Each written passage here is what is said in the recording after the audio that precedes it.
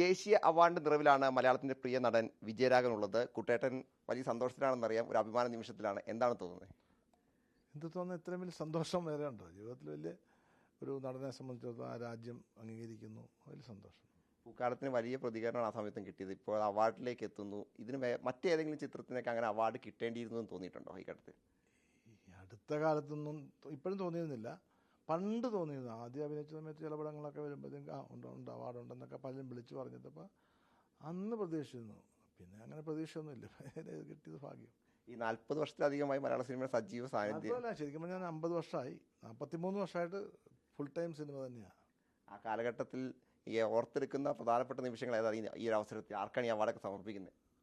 അങ്ങനെ ഞാനിപ്പം ഇതെൻ്റെ അഭിനയം, ഞാനിങ്ങനെ ഒരു നടനായിട്ട് എൻ്റെ എല്ലാ അച്ഛനാണ് എൻ്റെ. അപ്പം ഞാൻ എപ്പോഴും ഓർക്കുന്ന അച്ഛനെയാണ്. അവാർഡ് പ്രഖ്യാപിക്കുമ്പോഴും അച്ഛനെ നമ്മൾ ഓർക്കുന്നത്.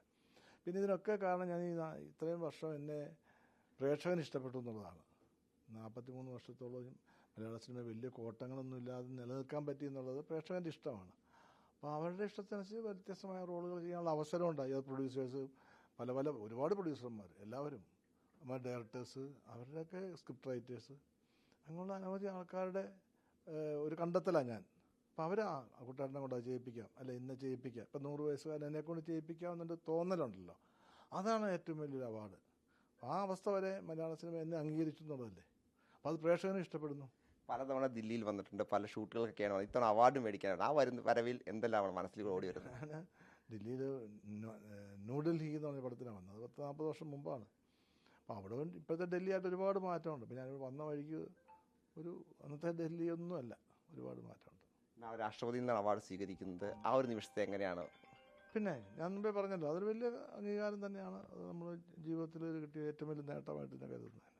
ഇനി പുതിയ പ്രോജക്റ്റുകൾക്ക് എത്രത്തോളം പ്രചോദനമായിരിക്കും ഇപ്പോഴത്തെ അവാർഡ്? ഈ അവാർഡും ഇനി എൻ്റെ അഭിനയോട് യാതൊരു ബന്ധവുമില്ല. ഇത് ഇന്ന് അവാർഡ് കിട്ടിയതുകൊണ്ട് ഞാനൊരു മഹാനടനായെന്നോ ഇന്നലെ വരെ കിട്ടാതിരുന്നതുകൊണ്ട് ഞാൻ മോശം നടനാണെന്നോ ഞാൻ വിശ്വസിക്കുന്നില്ല.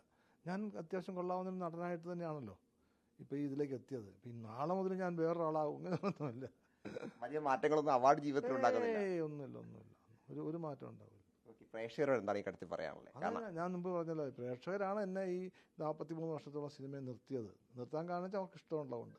അപ്പോൾ അവരും ഞാനും അതിലേക്ക് സംവദിക്കുന്നതിൽ, സിനിമയിൽ കൂടെ സംവദിക്കുന്നതിൽ അവരുടെ ഇഷ്ടങ്ങൾ, എൻ്റെ അഭിനയത്തിനുള്ള കഴിവും എല്ലാം കൂടെ ക്ലബ് ചെയ്തുണ്ടാകുന്ന ഒരു ഇഷ്ടമുണ്ടല്ലോ തമ്മിലുള്ള, അതെനിക്ക് 2-3 തലമുറയായിട്ട് നിലനിർത്താൻ പറ്റി. അത് വലിയ ഭാഗ്യം. പല തലമുറയ്ക്കൊപ്പം അഭിനയിച്ചിട്ടുണ്ട്. ഈ പുതിയ ജനറേഷൻ വരാനിരിക്കുന്നു.